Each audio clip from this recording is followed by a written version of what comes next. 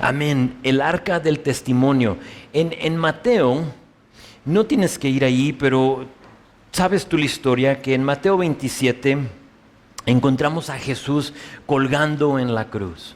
Y ahí mientras Jesús colgaba en la cruz, había a su lado, si recuerdas, dos ladrones, uno de cada lado. Entre ellos discutían acerca de quién era Jesús.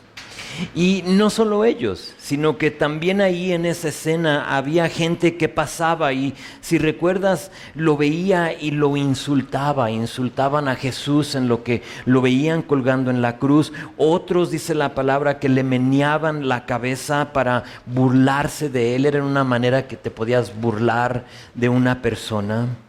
Los sacerdotes principales, los escribas, ahí nos dice, los fariseos y los ancianos también se burlaban de Jesús diciendo: a otro salvó, a sí mismo no puede salvar. Si Él es el Rey de Israel, descienda ahora de la cruz y creeremos en Él, sabiendo nosotros que aunque bajara de la cruz no iban a creer en Él. Dice la Biblia que a mediodía, todo eso sucediendo a su alrededor, la hora sexta, toda la tierra quedó oscurecida, ¿recuerdas? Hasta las 3 de la tarde, que sería la hora novena. Se oscureció por esas 3 horas porque en ese momento Jesús estaba tomando el pecado del mundo, todo pecado pasado, presente y futuro, el nuestro. Y por lo tanto se oscurece. Y pronto después de eso dice Jesús: Elí, Elí, lama sabactani, que nos lo traduce, y es decir, Dios mío, ¿por qué me has desamparado?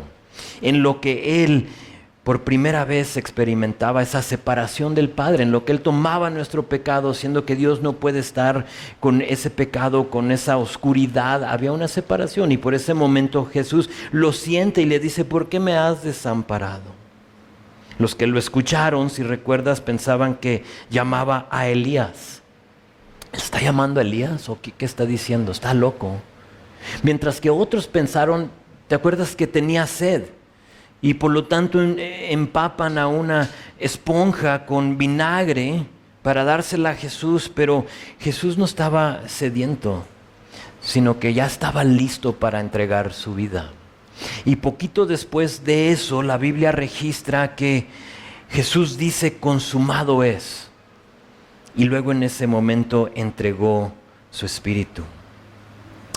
Ahí, cuando dice consumado es, cuando da su vida, cuando respira ya por última vez, la palabra registra que los que estaban cerca del templo vieron algo que jamás habían visto. Y dice la Biblia que de arriba a abajo, que eso es simbólico, es importante, que de arriba hacia abajo vieron que el velo del templo se empezó a rasgar. Ahora, nadie más que el sumo sacerdote había visto lo que ahora todos podían ver. ¿Qué estaba ahí? El arca del testimonio, el propiciatorio, lo que vamos a ver hoy. El lugar santísimo. Nadie tenía acceso a ese lugar más que el sumo sacerdote, pero Jesús da su vida y de pronto se rasga el velo y ahora todos, imagínate poder ver hacia adentro. Jesús con su muerte nos dio el acceso al lugar donde Dios, aquí en Éxodo 25, ve rápidamente versículo 8 conmigo, dice que habitaría en medio de ellos. Lo que estaba oculto, lo que estaba reservado para el sacerdote, ahora era accesible para que todos por medio de Jesucristo puedan entrar. Hoy nos toca regresar hasta el principio. Regresamos al día en el cual Dios dio las instrucciones acerca de ese tabernáculo, de lo que eventualmente va a ser el templo. Ese lugar santísimo, esa arca, etcétera, el candelero, la mesa de los panes. Hoy solo vamos a ver uno de los 8 artículos o componentes del tabernáculo. Hoy vamos a ver esa arca, el arca del testimonio. Ahora, junto con esa arca, en las próximas semanas veremos el resto de lo que conocemos como el tabernáculo. Era un lugar portátil. Y eso es importante porque tienes que saber que absolutamente todo lo del tabernáculo apunta hacia Jesús. Aún lo portátil que era el tabernáculo, porque sabemos que eventualmente va a haber ese templo seguro donde van a poder ir y donde van a poder alabar, pero igual Jesús vino y estuvo por un tiempo viviendo en medio de nosotros para entregar su vida. No solo era el arca del testimonio, sino que vamos a ver los otros componentes en las próximas semanas: la mesa de los panes, el candelero de oro, el tazón, o otra versión puede decir la fuente de bronce, el altar de incienso, el altar de bronce, y luego pues también había un patio, y no solo eso, sino que también había una puerta. Y te quiero decir que todas esas cosas apuntan a Jesús. Jesús nos dijo que Él es la puerta. ¿Te acuerdas cuando hablaba de que sus ovejas escuchan su voz? Él es la luz del mundo, el candelero. Él es el pan de vida, la mesa de los panes. Entonces todo vamos a ver que apunta hacia Jesús. Ahora, de capítulo 25 a 31, Dios le describirá a Moisés todo lo que acabo de mencionar, todos esos artículos, esos componentes, junto con otras cosas. Para darle contexto a nuestro texto hoy, vamos a recordar que en capítulo 24 vimos que Moisés, ya al final ahí del capítulo, sube al monte junto con Josué, los ancianos, pero después esos se quedan atrás, y luego más adelante sube Moisés con Josué, y suben hacia el monte. Llegan a cierto lugar, y nos dice ahí, capítulo 24, que desciende una nube y cubre el monte. En eso hay un lapso de 6 días en lo que la gloria de Jehová reposa sobre el monte. Esperan ahí por 6 días, están esperando. Al séptimo día, según capítulo 24, versículo 16, Dios llama a Moisés de donde él y Josué estaban, y Moisés sube y entra en medio de la nube.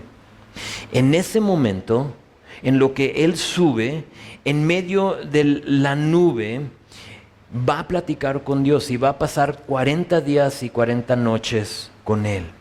Y ahí empieza lo que vamos a ver hoy.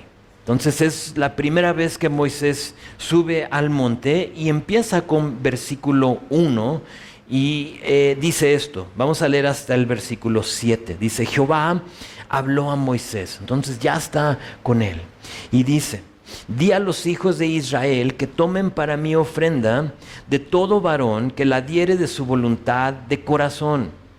Tomarás mi ofrenda.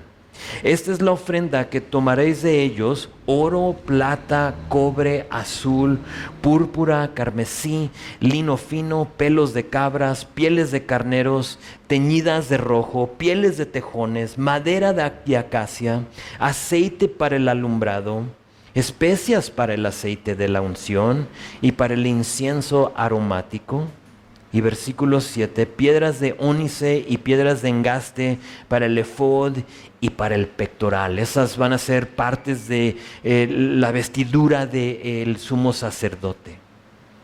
Aquí nombra en estos versículos 15 diferentes cosas que se iban a necesitar para la construcción del templo y el resto de los otros artículos. Minerales, piedras finas, telas, pieles, maderas, aceites, todo lo iba a usar Dios. Cada quien iba a dar de lo que tenía en sus manos. A lo que yo te pregunto a ti, y me tengo que preguntar a mí: ¿qué te ha dado Dios? ¿Qué es lo que tienes en tus manos? Y sea lo que sea, es lo que tú le puedes ofrecer y dar a Él. Lo digo porque a veces queremos dar oro, Y decimos, sí, yo quiero ser el que viene y que trae delante de todos para que todos los vean. Yo quiero llevar oro, solo que en nuestras manos solo tenemos pues, pelo de cabras. Y dices tú, pero es que eso no sirve, eso no vale. Yo quiero oro. Y Dios dice, pero yo quiero usar el pelo de cabras que tú tienes ahí. Tú te dedicas a eso y tú tienes eso que ofrecer, ofrécelo. De lo que tú tengas en tus manos, ofréceselo a Dios. ¿Por qué? Porque Él lo quiere usar, sea lo que sea. Yo les he contado en un tiempo, yo quería tocar la guitarra y quería yo cantar y quería yo ofrecerle eso a Dios. No es mi don, aunque yo todavía estoy convencido que es mío, no es el mío. O sea, mi esposa ha tenido que muy cariñosamente decirme, te amo, y sí, todos pueden cantar, pero no todos pueden cantar bien. Y tú eres uno de ellos que no puede cantar bien. Y por lo tanto yo quiero el oro, y Dios me dice, mejor trae el pelo de cabras, hijo, que traes ahí en tus manos. Lo digo para que no te fijes en lo que los demás ofrecen. Tú ofreces lo que tienes a tu disponibilidad. Eso, así como te hizo Dios, tú ofrécele eso. Ahora, nunca por obligación. Nos lo confirma versículo 2. Vean lo que dice. Tomen para mí ofrenda de todo varón que la diere, fíjate, de su voluntad de corazón, tomarás mi ofrenda.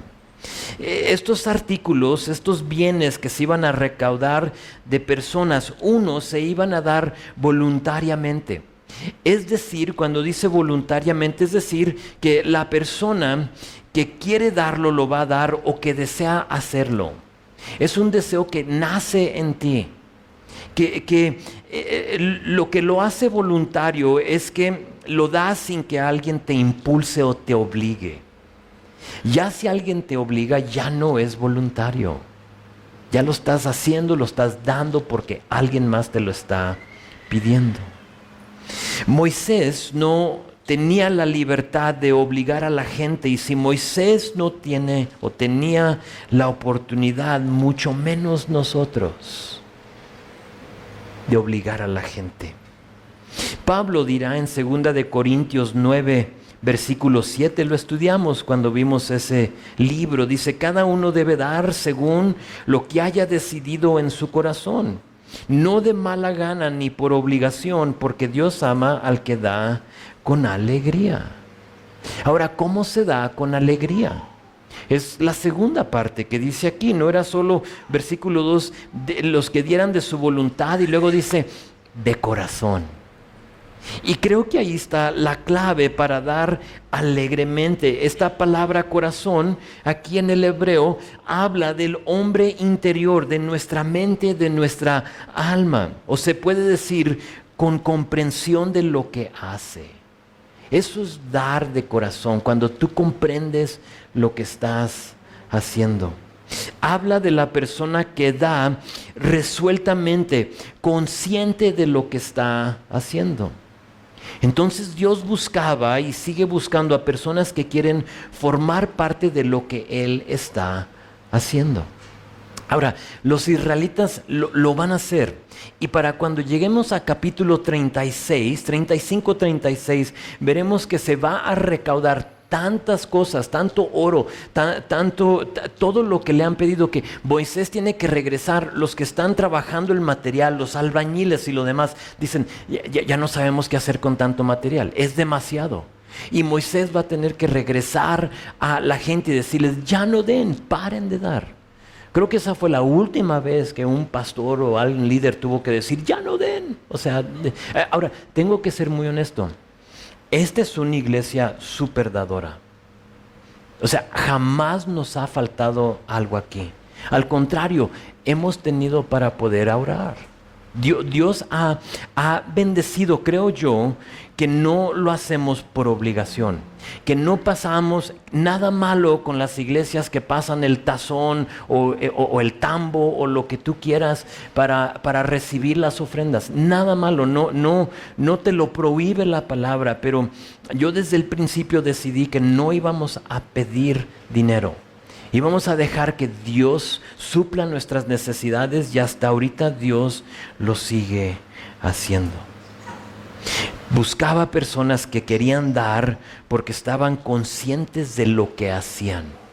Dan de corazón. Entonces Dios da una orden. Esto es lo que quiero que recauden, que busquen gente que dé voluntariamente, de corazón, pero como siempre nos da la opción de formar parte de ello o no. Cada quien decide. Y a Moisés no le iban a tener que rendir cuentas, así como a mí no me tienen que rendir cuentas y decir, ¿sabes, pastor? Esta semana no pude dar, yo no quiero saber. Esta semana, pastor, sí me ve que yo no quiero saber. No tienes que rendir cuentas conmigo, dalo y hazlo para el Señor. Ahora, en este caso, ¿para qué daban? Versículo 8, véelo conmigo. Y harán un santuario para mí, y habitaré en medio de ellos, conforme a todo lo que yo te muestre, el diseño del tabernáculo y el diseño de todos sus utensilios, así lo harán. En este caso, en nuestro texto, en contexto, tenemos que ver que daban para un santuario, daban para un tabernáculo. Daban para construir esta estructura, los utensilios que menciona aquí, las vestiduras de los sacerdotes, y después más adelante vamos a ver que también daban para la provisión de los servidores del sumo sacerdote, de los encargados, los levitas, los que estaban encargados del templo y de sus quehaceres para ellos y sus familias. Dios, si recuerdas, los levitas era la única tribu que no tenía herencia. O sea, tenían hogares y pero no tenían ellos herencia. A ellos no se les dio. ¿Por qué? Porque su herencia era el servicio. Dios lo diseñó de una manera que para ellos se les iba a proveer de todo lo que se iba a recaudar, de las ofrendas, de todo lo demás. Y les tengo que decir, porque así vive mi familia y yo, es algo muy vulnerable. Es algo muy difícil para mí, yo trabajar por 25 años y proveer por mi familia y luego ya no hacerlo de esa manera y tener que depender de otras personas. Es algo muy difícil para un hombre. Golpea tu ego. Golpea tu ser porque dices, pero espérame, yo puedo trabajar, yo me puedo arremangar. Y Dios dice, no, yo quiero que ustedes se encarguen al servicio y yo voy a proveer por lo demás. Es interesante, Dios hace las cosas muy diferente a como nosotros las hacemos. ¿Y qué crees? Nada ha cambiado. Dios sigue usando nuestras ofrendas para lo mismo. Dios sigue usando las ofrendas para los utensilios, para la estructura y hasta para proveer por los que dirigen. Nada malo con eso. O por lo menos para eso se debe usar.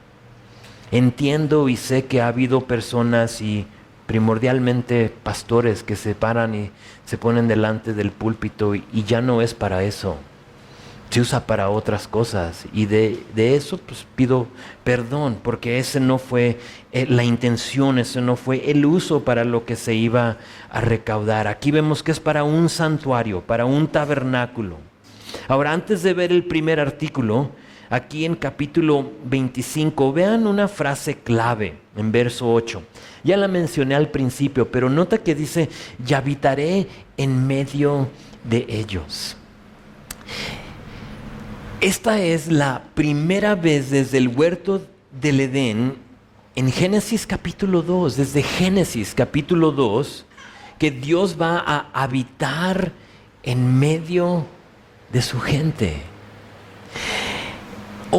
Yo sé que lo han visto obrar, hemos visto cómo partió las aguas y ha dado maná y han visto a Dios obrar, han escuchado su voz. ¿Te acuerdas con los 10 mandamientos? Audible, escucharon la voz de Dios, pero hasta este punto Dios no ha habitado, o puede ser la palabra, permanecido en medio de ellos.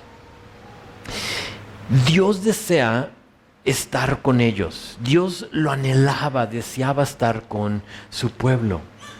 Y es importante ver que nunca se nos olvide que Dios es el que inició esta cercanía, esta relación con ellos. Nota que Moisés y la gente no le pidió a Dios que estuviera con ellos. Y Señor, ¿qué tal si hacemos un tabernáculo para que tú estés con nosotros? Así no fue. La idea de hacer este tabernáculo no fue de Moisés. Dios lo inició. Dios fue el que dijo, hagan un tabernáculo para que yo pueda estar ahí en medio de ustedes. Y Dios sigue persiguiendo a su creación. Así como Él quería estar con ellos, Dios sigue queriendo estar con nosotros. Él sigue iniciando la restauración de lo que el pecado dañó. Lo que sucedió allí en Génesis capítulo 2 y 3, todo eso Dios ha estado en un viaje para restaurar lo que eso dañó. Y aquí dice, yo quiero habitar con ustedes. Así como Dios inició la construcción de este tabernáculo, hoy a nosotros nos extiende su mano y nos dice, aquí estoy. Déjame habitar contigo. ¿La quieres, sí o no? Porque Él la extiende, Él nos da su mano, Él quiere estar con nosotros, pero ¿qué crees? Cada quien decide si lo deja entrar o no. Y creo que todos tenemos familia, amigos, conocidos que le han cerrado esa puerta, no quieren nada con Él. Y como lo dije el domingo, Dios es un caballero y Él no se va a forzar. La persona que no lo quiera va a decir, está bien, me espero, pero aquí estoy. Aquí está mi mano, yo extiendo esto, yo te persigo, yo inicio esta relación. Pues con eso, ya claro, ahora empieza a darles la descripción, los materiales, las medidas de todo lo que se iba a construir. La primera cosa y lo que vamos a ver hoy es el arca del testimonio. Vean conmigo, lo vamos a leer en su totalidad y luego lo vamos a empezar a desmenuzar. Es versículo 10 hasta casi el final, versículo 21. Dice, harán también un arca de madera de acacia, cuya longitud será de 2 codos y medio, su anchura de codo y medio y su altura de codo y medio. Y la cubrirás de oro puro dentro y por fuera, y harás sobre ella una cornisa de oro alrededor. Fundirás para ella 4 anillos de oro que pondrás en sus 4 esquinas, 2 anillos a un lado de ella y 2 anillos al otro lado. Harás unas varas de madera de acacia, las cuales cubrirás de oro, y meterás las varas por los anillos y a los lados del arca para llevar el arca con ellas. Estas varas, las varas quedarán en los anillos del arca, no se quitarán de ella. Y pondrás en el arca el testimonio que yo te daré. Entonces todavía aquí no le dan las tabletas, lo que conocemos como las tablas, se puede decir. Te las daré al futuro. Y harás un propiciatorio de oro fino, cuya longitud será de 2 codos y medio y su anchura de codo y medio. Harás también 2 querubines de oro, labrados a martillo, los harás en los 2 extremos del propiciatorio. Harás pues un querubín en un extremo y un querubín en el otro extremo. De una pieza con el propiciatorio harás los querubines en sus 2 extremos. Y los querubines se extenderán por encima las alas, cubriendo con sus alas el propiciatorio, sus rostros, el uno enfrente del otro, mirando al propiciatorio los rostros de los querubines. Y pondrás el propiciatorio encima del arca, y en el arca pondrás el testimonio que yo te daré. Aquí la Reina Valera usa una medida antigua que se conocía como un codo. Un codo es aproximadamente 45 centímetros. Se mide de la punta de tu dedo más grande hacia el codo. Por eso se llamaba un codo. Yo así de curiosidad medí el mío y el mío mide 47 centímetros. A lo mejor es por no sabemos si es mezquino o verruga o qué sea, y a lo mejor eso es lo que me extiende un poquito más, pero es eso, es de aquí hacia acá, y eso era un codo. Estos versículos no tenían cintas para medir, entonces no es como que tú agárrale de aquel lado y extiéndela. No había, entonces ahí andaban, ok, 1, 2, y así medían las cosas. Era algo muy rústico. Estos versículos nos describen dos cosas. El arca, o el arca puede ser como un cofre, se puede decir, una caja, y lo que será la tapa, o lo que aquí nombra como el propiciatorio.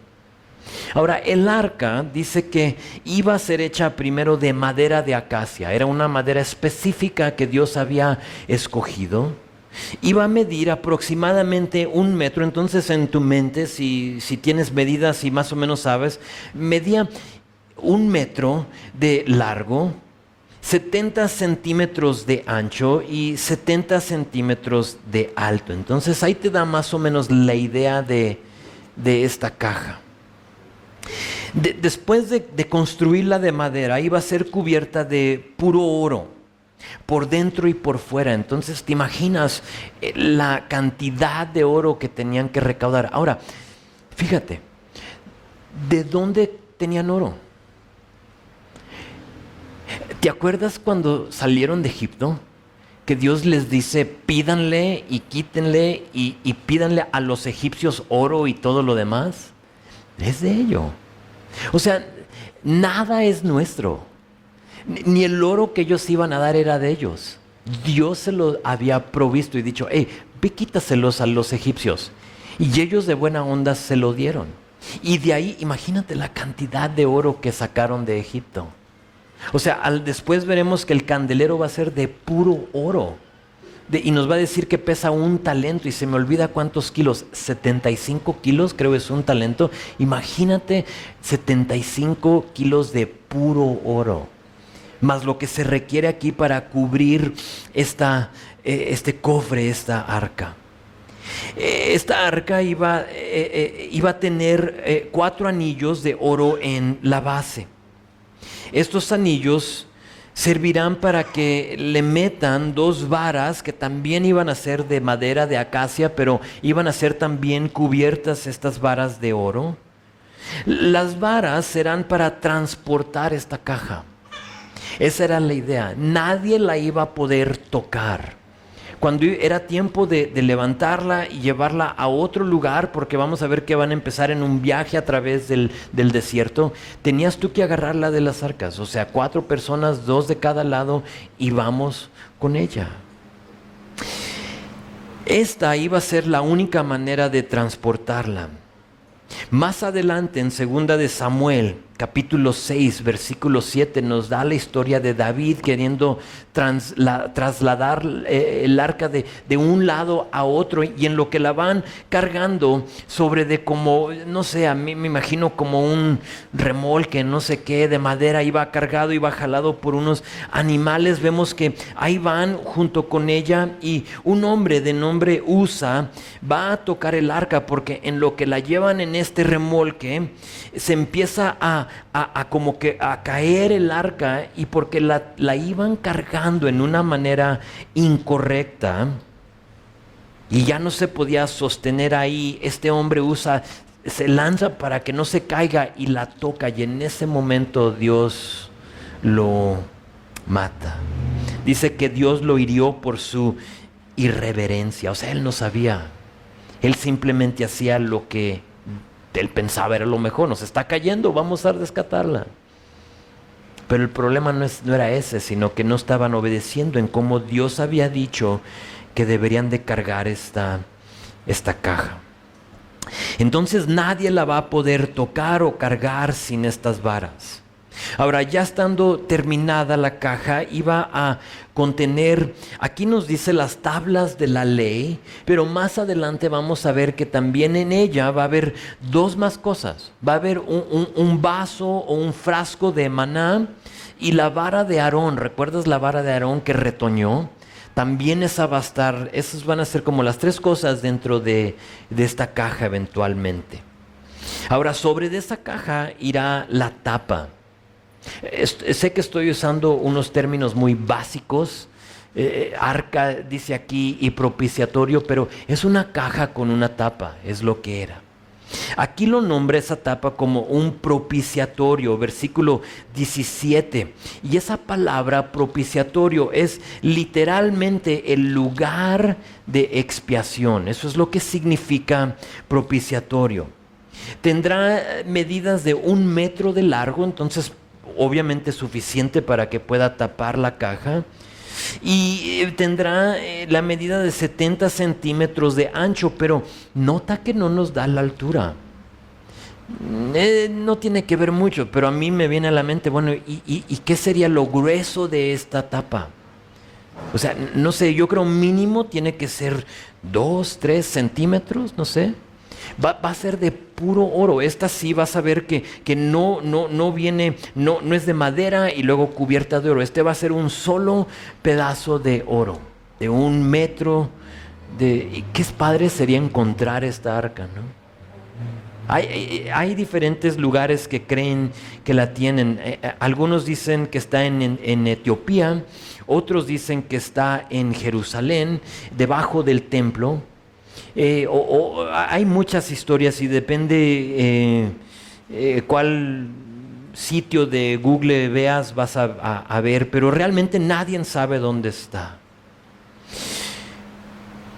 Entonces sobre esta tapa iban a ser 2 querubines. ¿O qué son querubines? Son ángeles.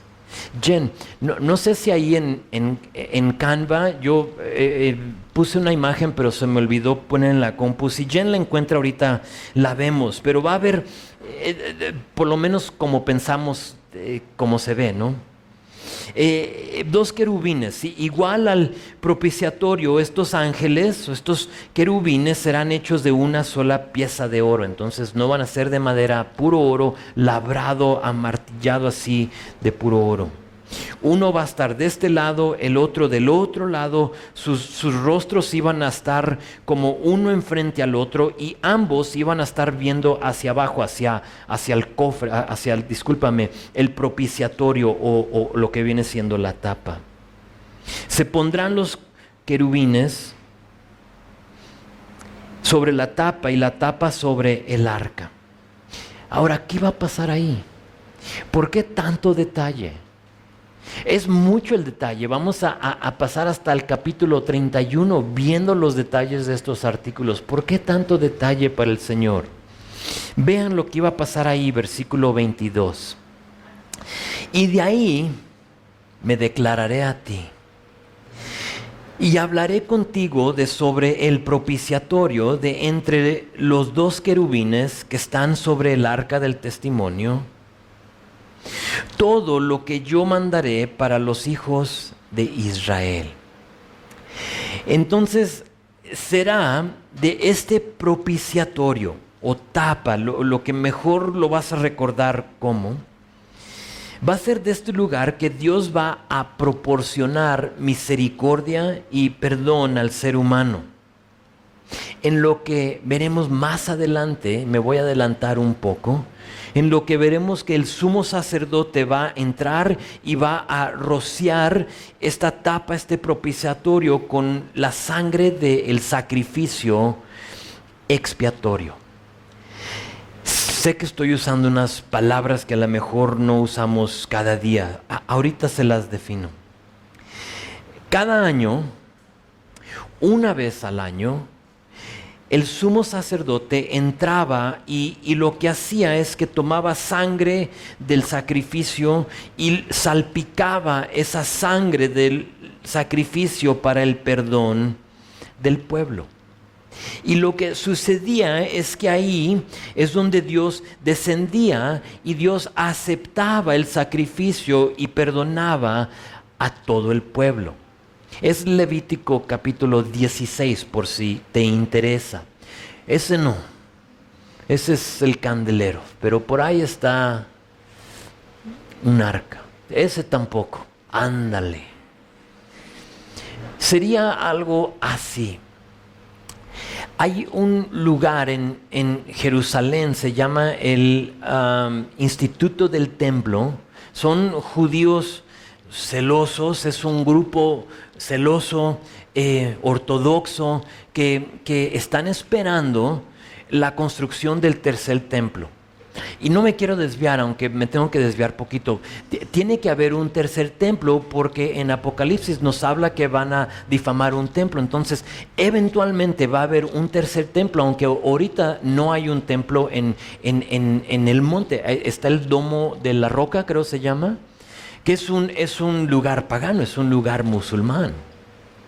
Pero eventualmente entonces ellos han tomado todo lo que se ha dicho en la palabra y han construido esto como una réplica de lo que era el arca del testimonio. Una vez al año el sacerdote entraba y salpicaba. En ese lugar, una vez al año, se hacía ese sacrificio y Dios lo recibía. Ahora, se decía, y tradición dice, que lo que hacían con este sumo sacerdote es que antes de entrar al lugar santísimo, que es el lugar santísimo, no sé si tienes, Jen, ahí la imagen de el tabernáculo.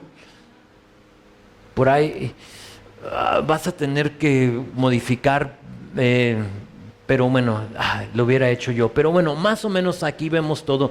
No se ve todo, pero está el lugar santísimo donde se ve el arca, y luego el lugar santo, que es la otra zona, el patio, la puerta, etcétera. Lo voy a arreglar para la próxima semana, pero dice que tradición que se le ataba al sumo sacerdote un lazo del tobillo.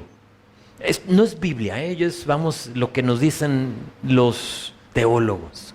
Y le ataban a él un lazo en lo que él entraba para rociar el propiciatorio, por si en caso él entraba en una manera impura o no se había purificado de la manera correcta y caía muerto, y por lo tanto nadie se atrevía a entrar. Entonces lo que hacían es que vente, y ya entre todos lo sacaban.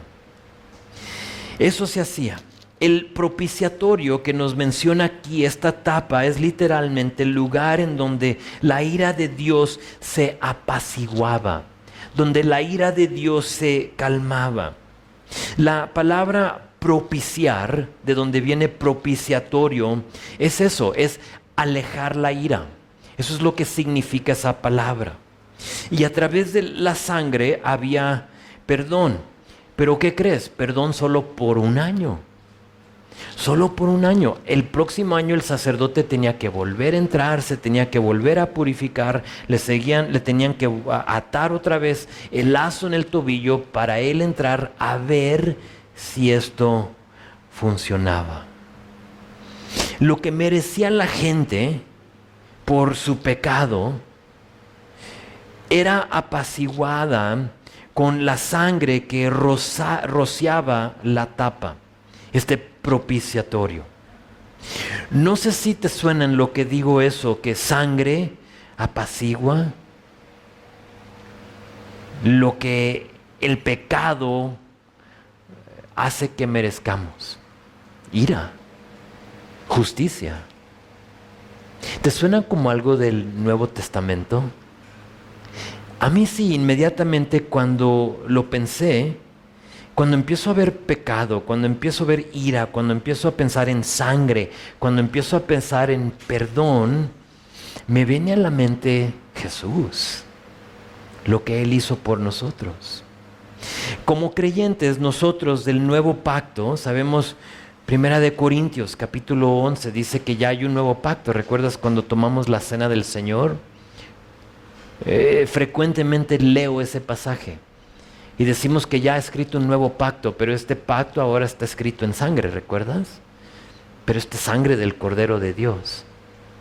Y como somos nosotros creyentes de este nuevo pacto, entendemos que hemos sido perdonados solo porque Jesús sacrificó su vida y Jesús derramó su sangre. Y si tú entiendes eso y tú estás de acuerdo con eso, entonces entiendes que el arca, este propiciatorio, el tabernáculo, absolutamente todo apunta hacia Jesús. Y empiezas como que a descubrir eso en lo que tú lees el antiguo, dices, chis, eso encaja con el nuevo. Pablo, hablando de ello, dice en Romanos 3:23, puedes anotar la cita porque solo voy a leer una porción, pero es un gran pasaje, es un buen pasaje.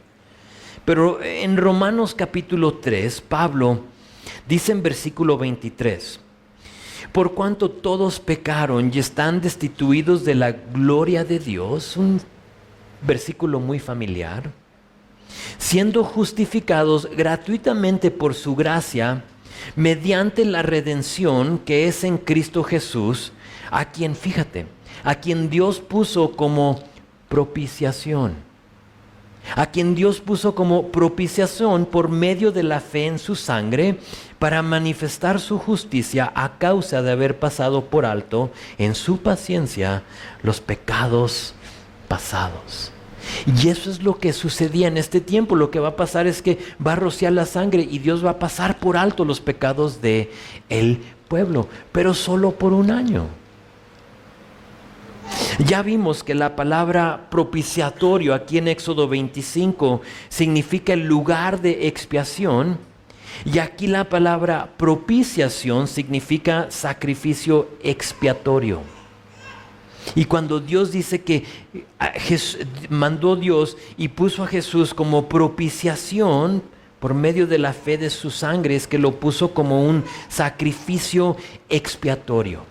La palabra expiar es simplemente reparar algo que está dañado. Entonces Dios, cuando dice Dios aquí en Éxodo 25, versículo 22, que de ahí Él se va a declarar y que de ahí Él iba a hablar con ellos, está diciendo que la relación con Él, aquí en el Antiguo Testamento, en Éxodo, será a través de este lugar en donde se rociaba la sangre. Así es como nosotros nos vamos a identificar y así es como nosotros vamos a tener una relación. Ahora nos adelantamos al Nuevo Testamento y nos damos cuenta que la manera que Dios se declara y la manera que Dios pasa por alto y la manera que Dios habla con nosotros es a través de Jesús. Es ese vínculo. Sí, hay una brecha entre nosotros y Dios, y ese vínculo lo que nos une es Jesús. Es algo impresionante y por eso no quise avanzar, no quise ver los otros artículos, el candelero, la mesa de panes y después lo vamos a ver, pero es importantísimo que nosotros entendamos esto porque todo gira alrededor de esta arca, del perdón que va a proporcionarse ahí en ese lugar. Importante porque también tenemos que entender que para nosotros como creyentes del Nuevo Testamento eso ya no es necesario. Jesús vino para cumplir lo que se estaba exigiendo ahí en ese tabernáculo, en ese templo. Pero, ¿qué crees? Hoy en día algo ha entrado en la iglesia cristiana que te pide o que se está dando mucho a que regreses a tus raíces. Y no solo tus raíces, sino que tus raíces judías, que regreses al Antiguo Testamento. Y se ha hecho muy popular, a lo mejor no has oído de ello, y si no has oído de ello, discúlpame que te estoy diciendo algo nuevo y no lo busques, pero es muy popular rastrear tu genealogía y empezar a buscar, y más allá tienes que aflojar un poco de dinero, ¿no? Porque alguien tiene que buscarlo. Y checar documentos y todo lo demás. Y lo que pasa es que rastreas tu genealogía y descubres que vienes de raíces judías. Ahora, no me tienes que pagar, yo te puedo decir que todos venimos de Adán y Eva. Entonces, si le escarbas lo suficiente vas a darte cuenta que sí. Pero es algo que apela a la carne. Y ya viendo que eres judío, lo que sigue es que empiezas a a juntarte con un grupo de personas que han experimentado lo mismo y que se dan cuenta que son judíos, y luego sabes lo que hacen es que empiezan a observar y empiezan a no solo observar, sino que a celebrar, y empiezan a cumplir con todo lo que los judíos del Antiguo Testamento observaban, celebraban y cumplían. Y suena muy espiritual. Y de cierta forma apela a la carne, porque ¿qué crees? La carne quiere observar, la carne quiere hacer, la carne quiere cumplir. Sí, por eso la religión de nuestro país, la que predomina aquí en nuestro país, predomina. ¿Por qué? Porque tú puedes hacer cosas. Y tú puedes ir a pagar, tú puedes ir a orar y hacer ciertas cosas y luego ir y vivir como el diablo por un tiempo, el fin de semana, y luego regresas, ¿verdad? Y luego pides orar 2, 3, 4 cosas, depende de lo que el castigo sea, pero lo haces. Y porque lo haces, el cuerpo se siente, bueno, la carne como que dice, ok, ya satisfecho, ya cumplí, pero puedo salir de aquí y hacer lo que yo quiera. No es nada nuevo. Jesús expuso esto en Mateo capítulo 23. Te lo dejo como tarea. Ve lo que Jesús les va a decir ahí, lo que va a decir de los maestros de la ley. Y como ellos hacían y exigían cosas que ni ellos podían hacer.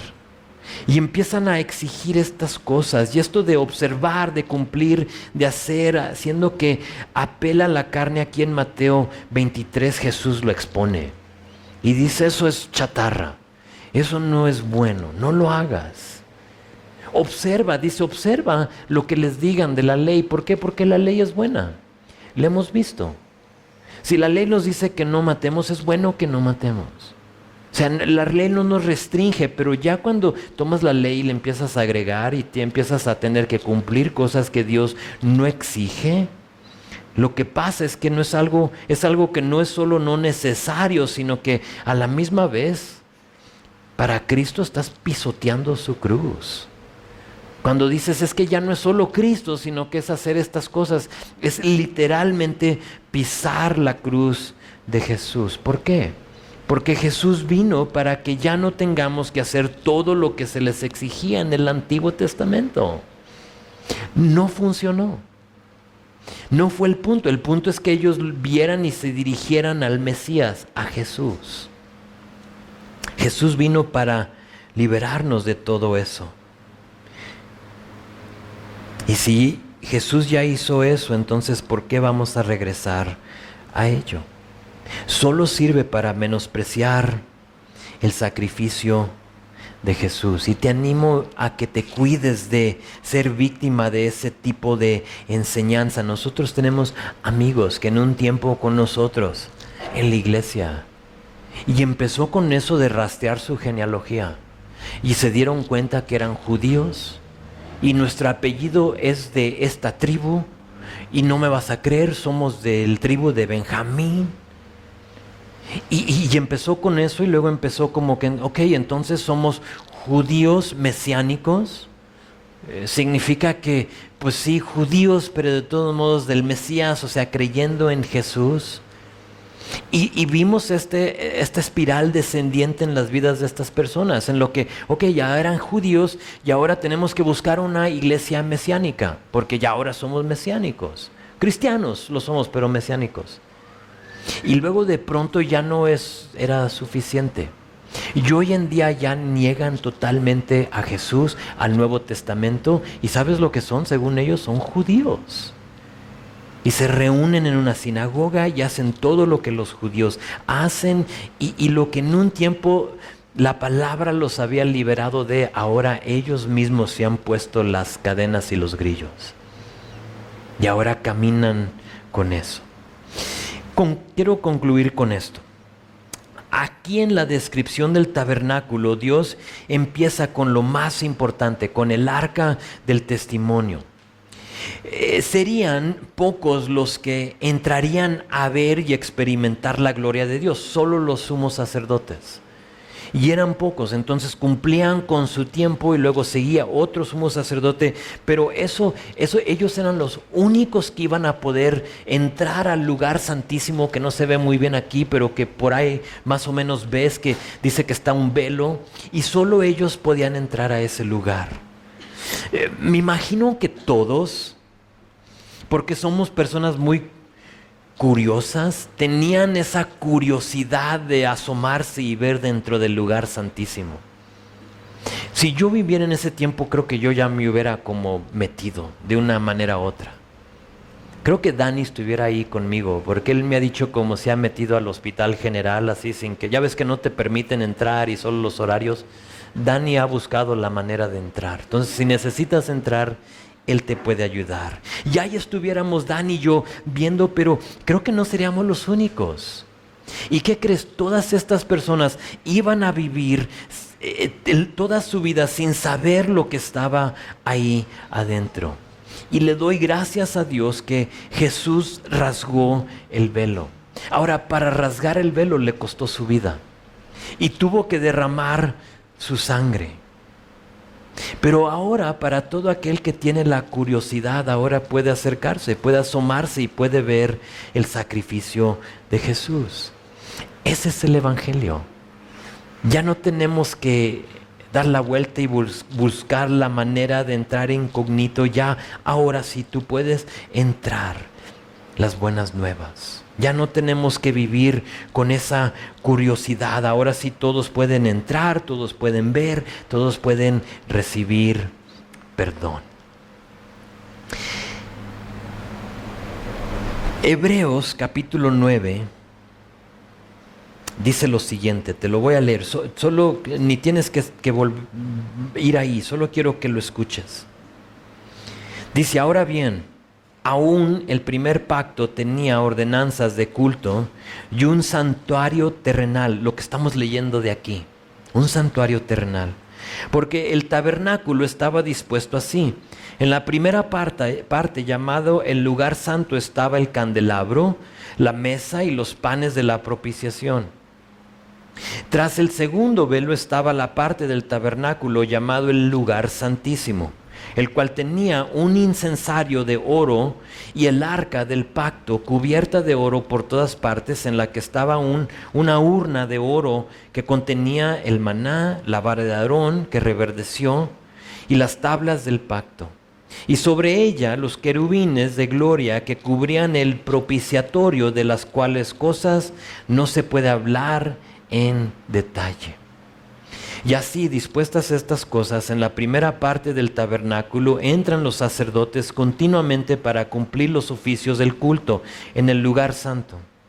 Pero en la segunda parte, solo el sumo sacerdote, una vez al año, no sin sangre, la cual ofrece por sí mismo y por los pecados de ignorancia del pueblo, dando el Espíritu Santo a entender con esto que aún no se había manifestado el camino al lugar santísimo, entre tanto que la primera parte del tabernáculo estuviese en pie, lo cual es símbolo para el tiempo presente, según el cual se presentan ofrendas y sacrificios que no pueden hacer perfecto en cuanto a la conciencia al que practica ese culto, ya que consiste solo de comidas, de bebidas, de diversas abluciones y ordenanzas acerca de la carne, impuestas hasta el tiempo de reformar las cosas.